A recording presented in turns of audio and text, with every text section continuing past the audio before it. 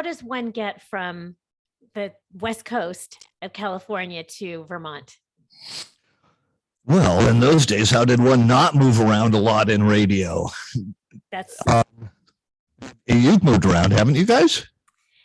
We've been managed to lucky stay in enough LA. to work here, but not on the air and other aspects of radio. So it was a little bit easier, not less important in moving around. Well, I would have stayed in Santa Barbara forever at K-Tide if the station had stayed the same, but things changed over time, and the original program director left. New program director took over. A guy who he's gone now. He's passed away, but he was pretty well known in the business at one time. His name was Jim Trapp. And he's responsible for naming the AAA format when he worked at a trade publication called The Hard Report. He took over as PD. He wasn't that gifted in terms of getting along with management. So the whole thing kind of blew up after about a year.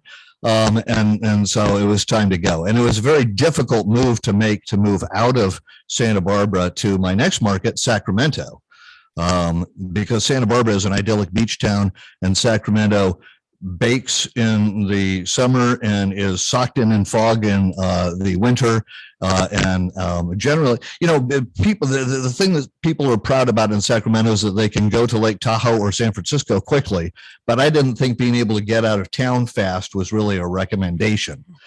So it was kind of a difficult move for me. But I think you guys probably didn't even know this, but as it turns out, the gig that I got in Sacramento was at a Rock of the 80s station consulted by Rick Carroll. This was 1983.